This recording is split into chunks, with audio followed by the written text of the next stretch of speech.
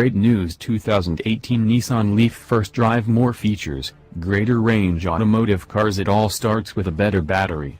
Not a bigger battery, because this one fits into the same space under the seats as the one before it, but thanks to advances in energy density and battery chemistry, the 2018 Nissan Leaf has crammed 40 kWh into the space previously taken up by 30 kWh.